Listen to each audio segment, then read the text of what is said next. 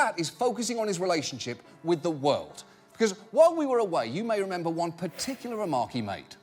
According to the US president, Africa is a shithole. He absolutely said that, except, to be fair to him, it's actually worse, because he reportedly called Africa, Haiti and El Salvador shitholes, which is just not okay. And I personally have called Belgium a shithole multiple times, but in my defence, A, I'm not president, and B, Belgium is a loathsome chocolate gulag with no objective reason to exist. Picture this. John Oliver, chilling on his late-night throne, drops a single-word bomb on Trump. Suddenly, the internet breaks, Twitter catches fire, and Trump's fingers start tap dancing across his phone like they're auditioning for Riverdance. What follows is a comedy of errors, a tragedy of tantrums, and a spectacle so ridiculous it'll make you question reality. Ready to dive into the saga of the sad heard round the world? Before we move on, I'd like to ask you a small favor. If you appreciate this content, please take a second to like this video and subscribe to the channel. Over 98% of you watch the videos without subscribing. It costs you nothing, but it makes a huge difference to us. So did you click the subscribe button?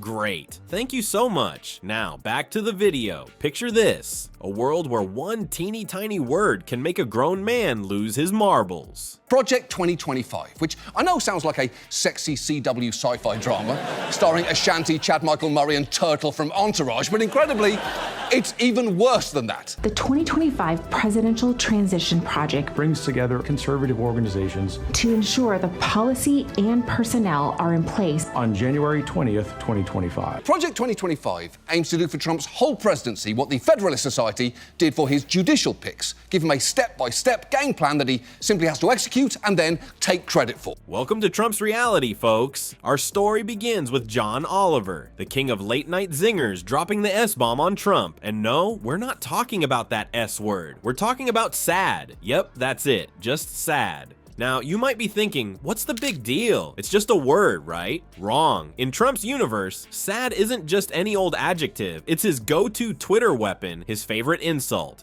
well, you get the picture. But here's the kicker. Oliver didn't just use the word, he turned Trump's own catchphrase against him. More than 100 conservative organizations have come together to work on this, and they're all there. You've got the Heritage Foundation, Liberty University, the NRA, Turning Point USA, Rodeo Clowns for Trump.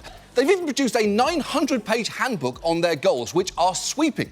It proposes dismantling NOAA, the agency that tracks hurricanes and protects marine life, because it's, quote, one of the main drivers of the climate change alarm industry. States that pornography should be outlawed and the people who produce and distribute it should be imprisoned. And these proposals are extreme because the people who wrote them are extreme. Talk about a taste of your own medicine. So there's Trump, probably scrolling through Twitter, minding his own business, or whatever it is ex-presidents do these days, when bam, he sees it. That three-letter word staring back at him. His Twitter fingers start twitching. The whole internet holds its breath. Will he ignore it? Will he show some presidential restraint? Ha! Good one. Restraint isn't exactly in Trump's vocabulary. Cue the Twitter meltdown. It's like watching a toddler throw a tantrum, but with more caps lock and fewer actual words. Trump's reaction? Let's just say it was anything but sad. As Trump rage tweets, the world grabs its popcorn. It's time for the great Trump tantrum of 2023. But here's the real kicker. While Trump's busy typing furiously on his phone, the rest of us are left scratching our heads. I mean, doesn't a former president have better things to do than pick fights with late-night comedians? But wait, it gets better. Political commentators and comedians are having a field day with this. They're all like, seriously? One word? And he loses it. It's like watching a comedy roast, but Trump's the only one who doesn't realize he's the punchline. And let's not forget the irony of it all. Trump, the guy who's been slapping sad onto everything from fake news to Hillary's emails, can't handle a taste of his own medicine. It's like he's looking in a mirror and doesn't like what he sees. Talk about a fragile ego. Well, folks, it looks like our favorite orange-tinted tweeter-in-chief has outdone himself this time. The election is in full swing right now, and it's pretty much your usual campaign. Candidates offering policy proposals, trading barbs, and occasionally getting convicted of 34 felonies and complaining about the judge. Trump definitely doesn't know what the word literally means, but given his inability to talk about the Bible, it is possible that he doesn't know what crucified means either. Though I could be wrong, maybe Jesus got nailed to planks because of his hush payments to a porn star. I don't know. He is currently slightly ahead of Biden in the polls, so there is a pretty good chance he could be back in the White House next year.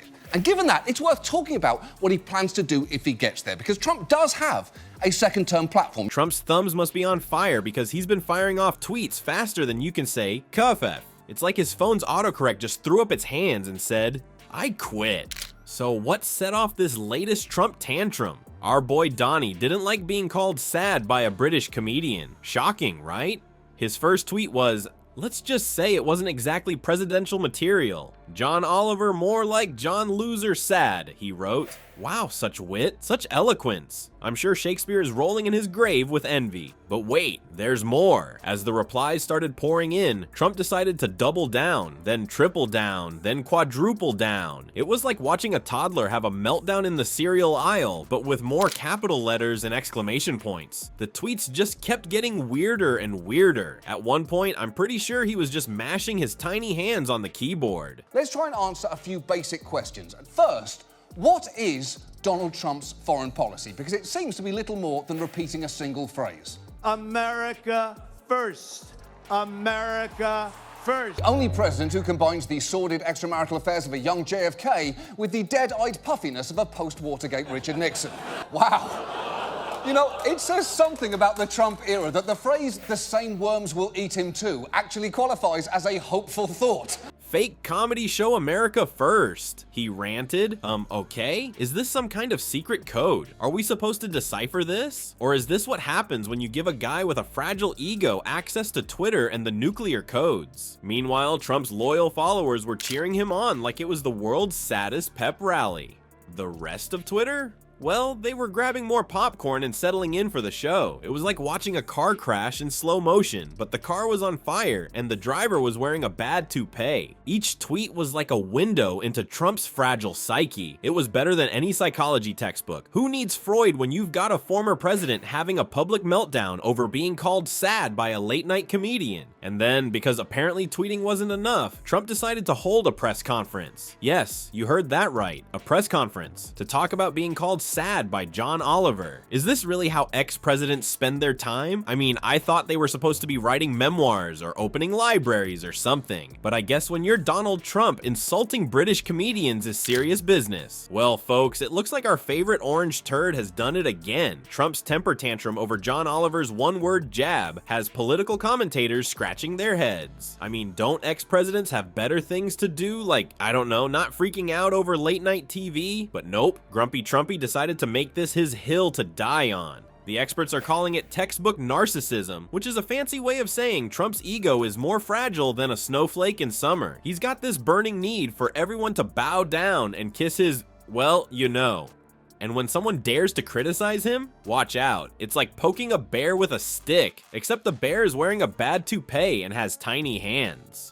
So, in the end, what did Trump accomplish? He proved Oliver's point better than Oliver ever could. It's like he brought a spoon to a battle of wits and somehow still managed to stab himself in the foot. Oh, Donnie Diapers, when will you learn?